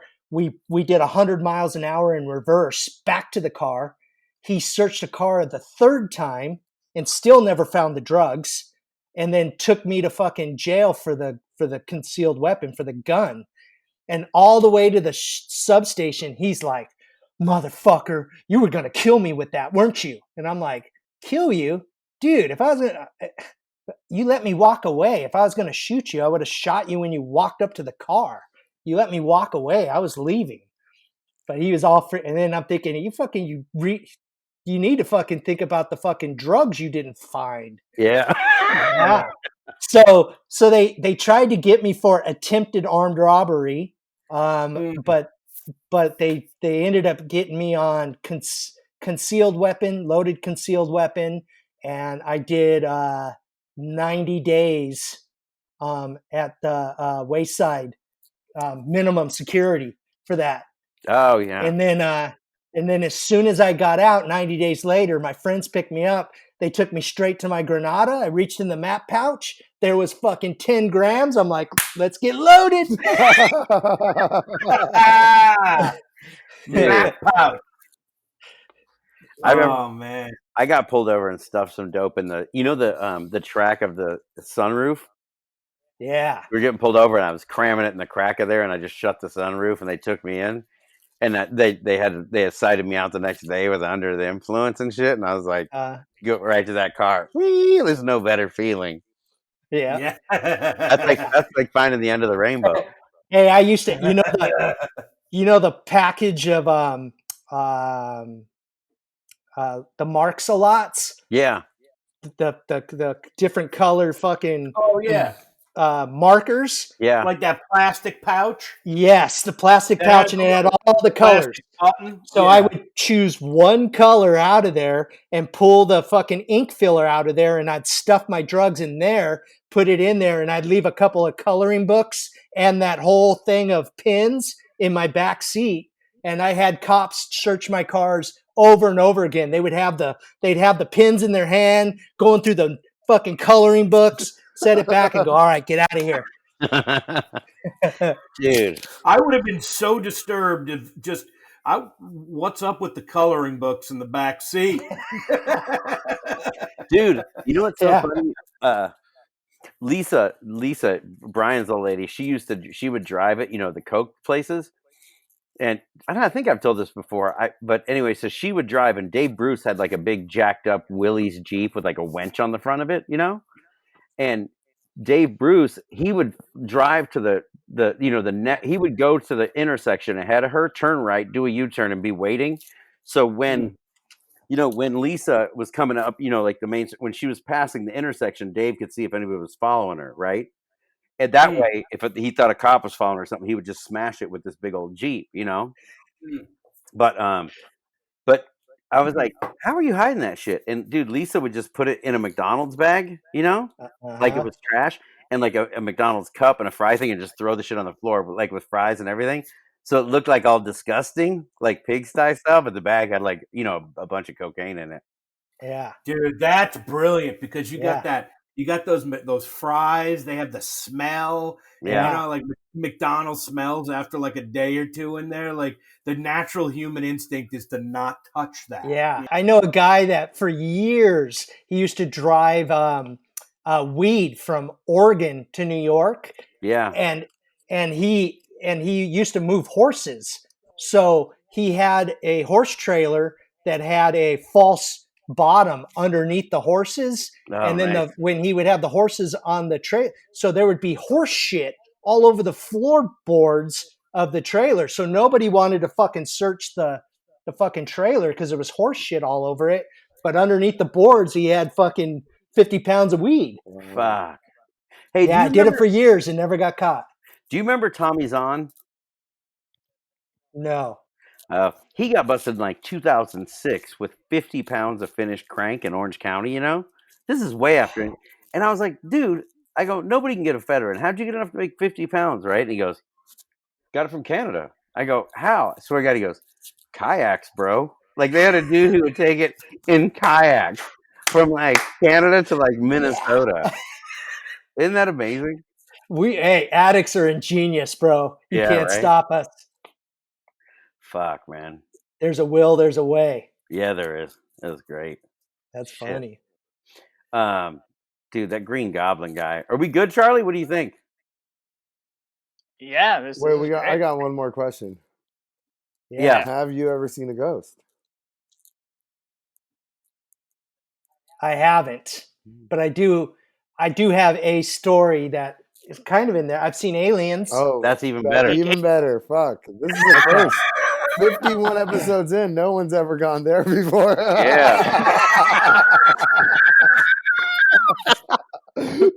That is something we should be asking. Yeah. Yes. The truth is out there. Yeah. And you're lucky because I don't tell this story often because people look at me like, you're fuck. Oh, you know what? I do have a ghost story after this All one. right. Perfect.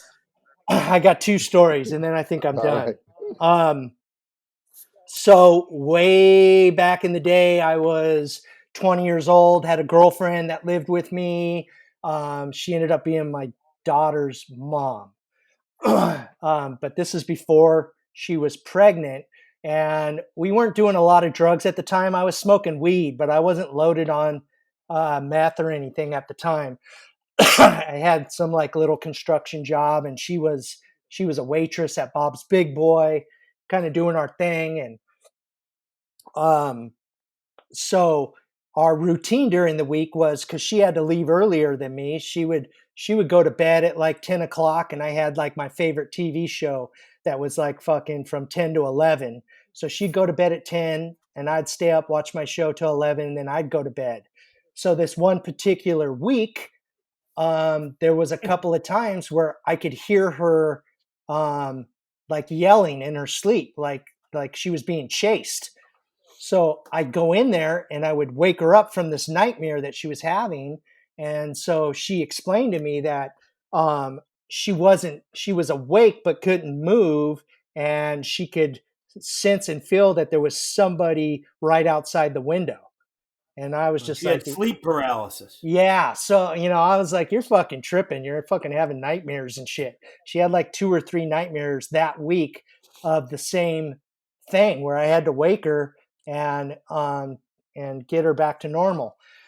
So, couple of days after that passed, 11 o'clock came, it was bedtime. I went to sleep and I woke up in the middle of the night, and I woke up. And I mean, when I say I woke up, I like woke up out of a dead sleep, and I was paralyzed, couldn't move, laying straight on my back with my eyes open, and standing over my side of the bed were 3 fucking gray aliens Fuck. looking down on me, and I could feel their presence, I could see them, and I was fucking panicking because there was somebody in my room. Not only somebody, but there was fucking monsters in my room.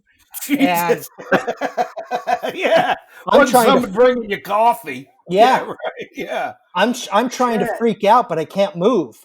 And Yeah. they were looking at me. This all took like 2 or 3 seconds, and then the 3 of them slowly lifted and dissipated up through my ceiling. And as soon as they disappeared through my ceiling, I sat straight up because I was able to move. I jumped out of my bed and I was like fucking pacing the floor. I was like, holy shit. Like I couldn't believe what I had just fucking saw. Like it was fucking freaking me out. So a couple of days later, we found out my girlfriend was pregnant. Uh-huh. So it was like a running joke between the 2 of us. We're like, the fucking aliens impregnated you. So Did she see the aliens too, or she just felt them like no, It's incredible. she never saw. She said she could sense that there was someone standing right outside the window of our bedroom. Wow. And that she knew there was someone there, but she didn't see anyone. Dude. But I I'm saw working the on shit. I've been deep in this lately because I'm working on a supernatural script with a couple of writers, and And reading about this shit in ways that I'd never had read about it before. Right. And thinking about it in different ways. Like, there are so many people who are like, a lot of it has to do with sound and weird sound frequencies that can make you, at different points in your sleep can make you see things. There tends to be a commonality of like the figures are usually shadowy. Like it's not uncommon for them to be kind of gray and shadowy and nondescript. They're usually they can be long. And it's like a lot of people talk about seeing longer shadow figures. And a lot of it's to do with, I guess, a where it's a neurological state that you're in between this, but between sleep and consciousness, right? Full consciousness.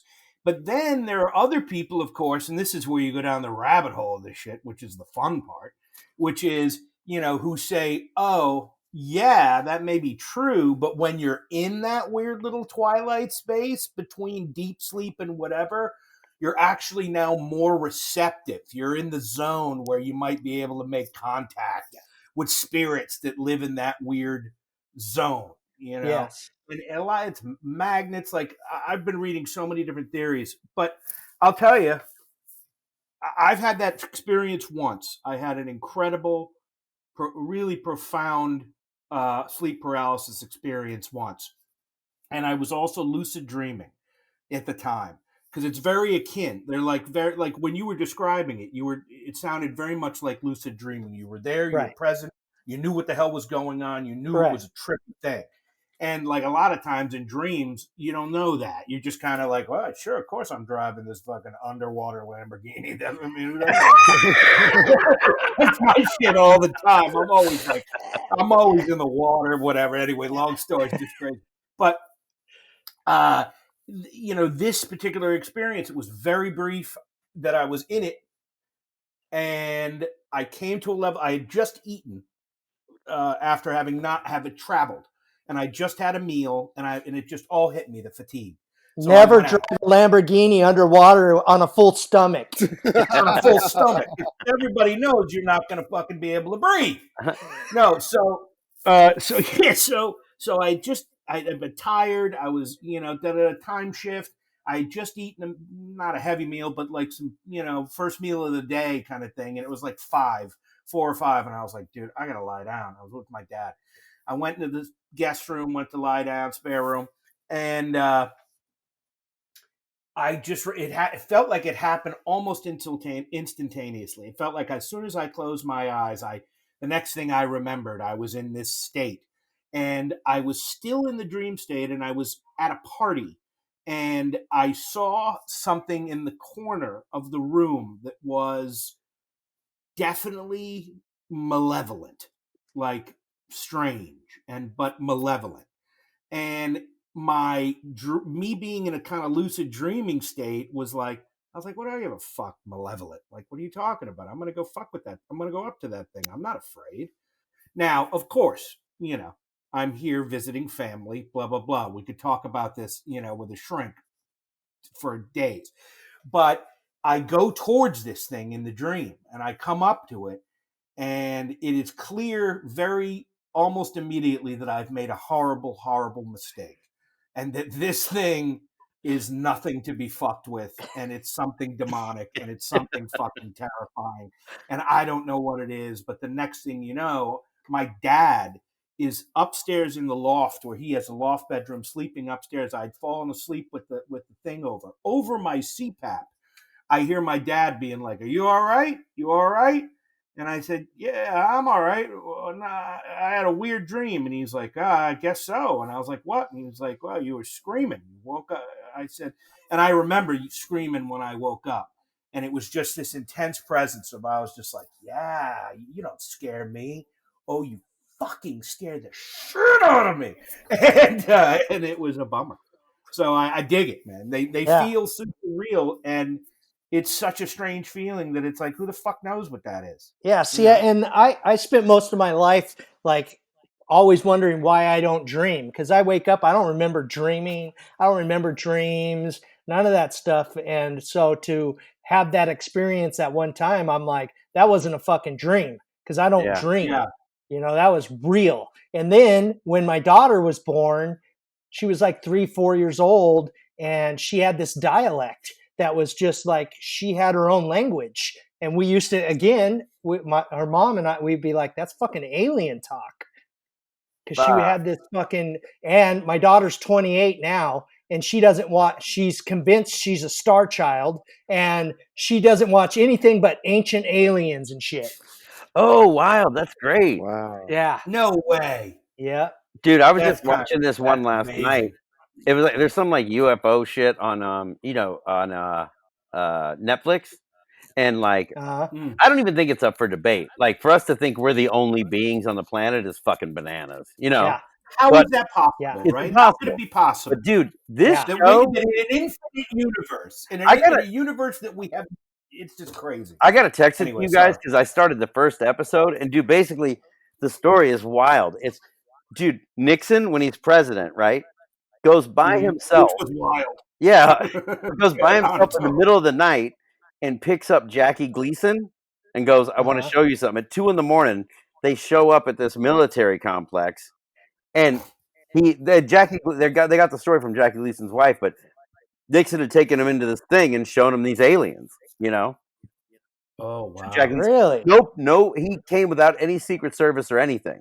So the whole thing was fucking weird because even the guards at the military base were like, "Wait a minute, what the fuck are you doing driving?" You know what I mean? Like you're by Yeah. yourself. You know, it was wild. Yeah. Why the fuck are you bringing Jackie Gleason into the fucking Yeah, warehouse? He'd seen the honeymooners, and he kept yeah. kept seeing that to the moon, Alice, and he Yeah. thought that man, Yeah. that man has an appreciation of outer space. Yeah. Yeah. So wait, let's hear the ghost story, Jeff. Yes, please. Okay. So, even though I'm convinced the alien thing was real, you know, I was 20, I smoked a lot of weed, and I was doing drugs, but I wasn't on drugs that day. I could still chalk it up to, maybe I had a fucking head full of drugs. I don't know. Yeah. Right? But the ghost story, I was fucking sober for years. When I first tried to break into the industry, I started doing lighting, and I was working with a lighting crew. And the guy who got me in, he was the driver of the truck, Dean. So, and I got Dean, who's in the business now, who can back my story because him and I tell the same story, but no one believes us. So we had it was just when the reality TV had just started to be a big thing with Fear Factor and all those shows. Road Rules. Yeah, so we had to do this reality show for 10 days, and we were shooting it up at Four Corners at some Indian reservation. And then we went from there, and we went up to, we spent like the first 5 days on this Indian reservation. Then we went up to Farmington, New Mexico for the last 5 days to shoot at some power plant. And so I rode in the 10-ton electric truck with Dean up to do this 10 day trip. So we go up there, we do the 10 days, we shoot this TV show, and on our way home, the tailgate, the lift gate on the electric truck broke while it was down, and we had to have a mechanic come out, fix the lift gate. By then, it was fucking dark. The whole crew, everybody had already headed home. We were the last two to leave. So we jump in the truck and we jump on the highway, and we took what's called Highway 666. And 666 takes you down through New Mexico down into I think Nevada to the 40 to hit the 40 to go down to LA. So we're in the fucking 10-ton, and it's 1 o'clock in the morning. It's pitch black, and we're driving down Highway 666, and we're in, and the rig was one of those ones where the windshield sits right in your face, so you can see right down in front of the headlights. And we're just driving, and it's pitch black. You can only see the headlights. There's nothing out there. Fucking, you couldn't see towns, cities, nothing.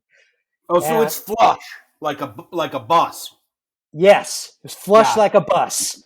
Got So it. we're sitting and we're just fucking riding, and all of a sudden, out of fucking nowhere, on the driver's side, a fucking Indian was standing in the road, and I'm talking in full headgear with fucking the fucking feathers, everything.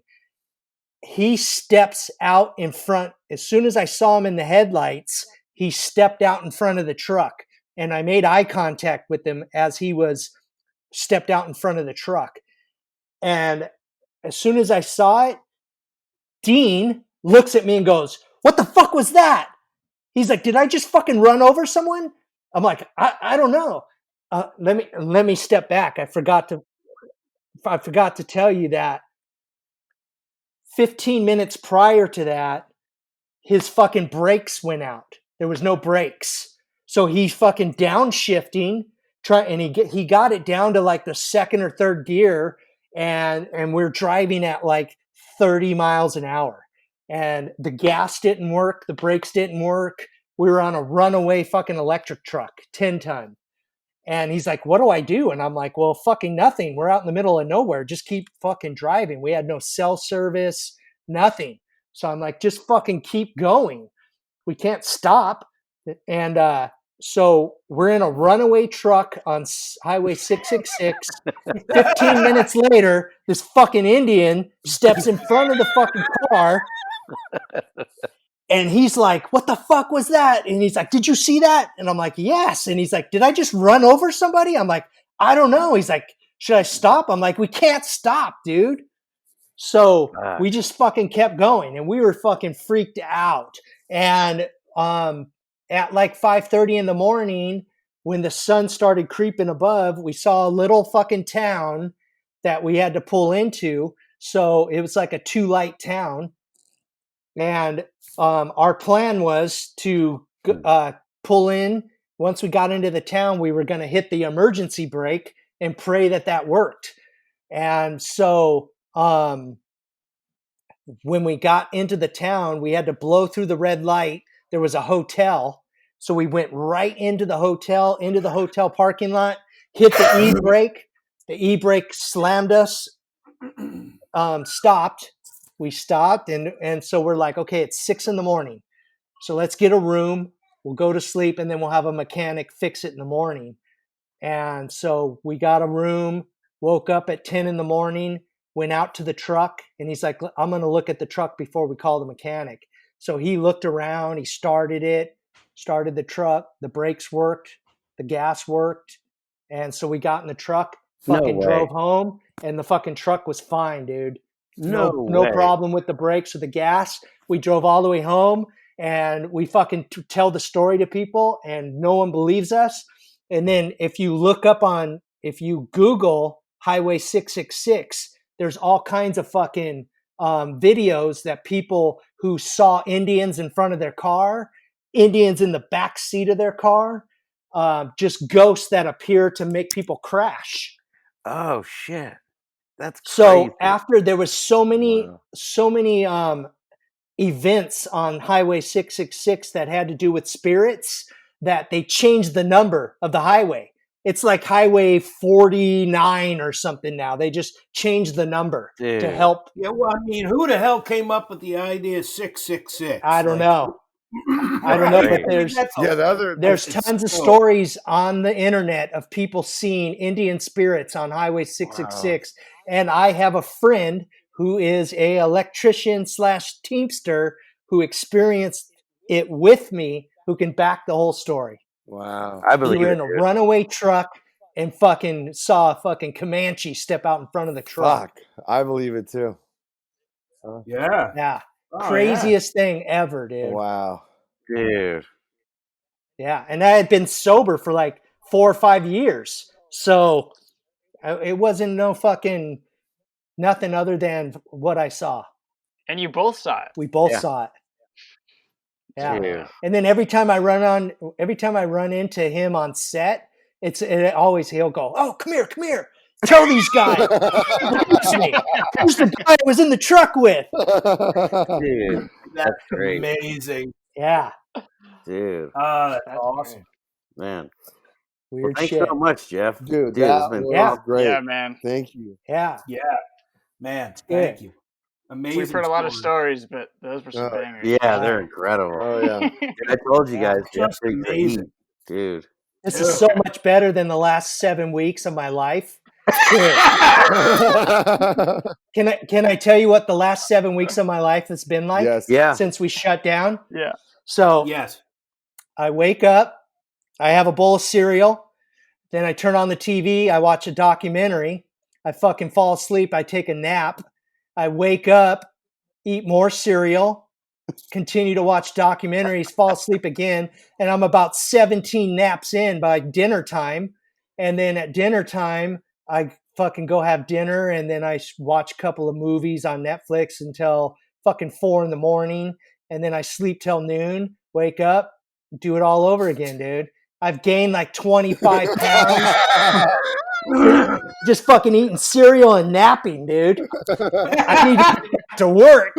Wait, have you been without your kid the whole time? No, he comes, but he's on his Xbox in his room. Right. Yeah, he's digging it, dude. He's like, because he's homeschooling now, right? So he's out, gets to fucking game the whole time he's here. Oh, right. So he's like, to tell you the truth, Dad, I ain't mad. He's like, No way.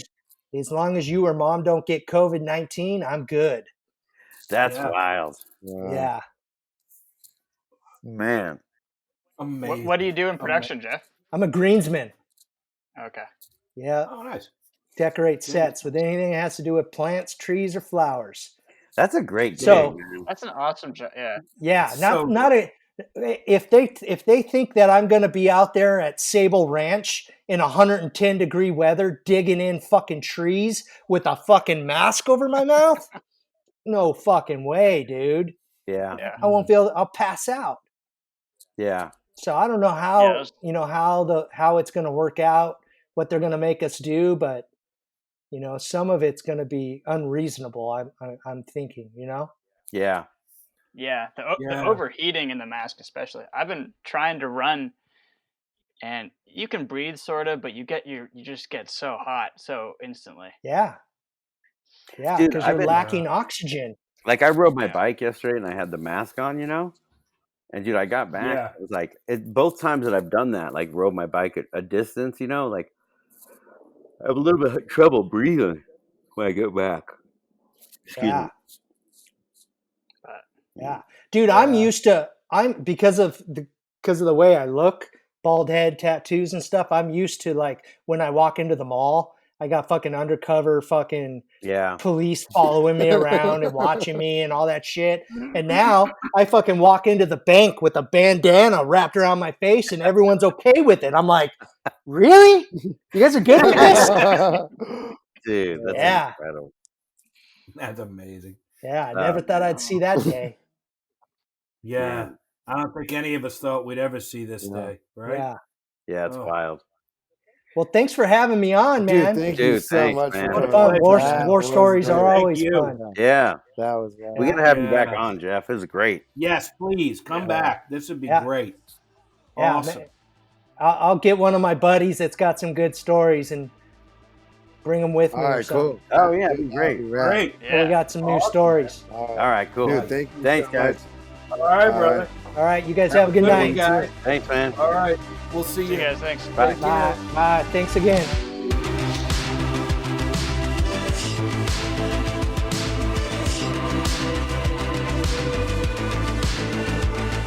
All right, thanks for listening to another episode of It's All Bad.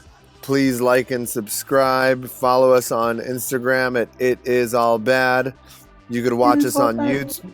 It Is All Bad. Watch us on YouTube at It's All Bad Podcast. Yeah, just keep on sending us your stories. If you guys, we have the next episode is going to be our 50th episode special, which has 5 call-in guests. Pretty fucking amazing that we were able to pull that off somehow. Thank you, Charlie, for that. Charlie uses wizardry to fucking make it happen. So if you want to be on here, if you got a good story for us, if you have any comments on any of our stuff, keep sending that shit in because we love seeing it. Later. Who was that, Oh, yeah. Charlie? Yeah. How's Ben? It's my brother. Tell him Sharing to come here. sharing our old bedroom. Tell him to peek Oh, in here nice. and say hi. Ben, Yeah. come say hi, dude.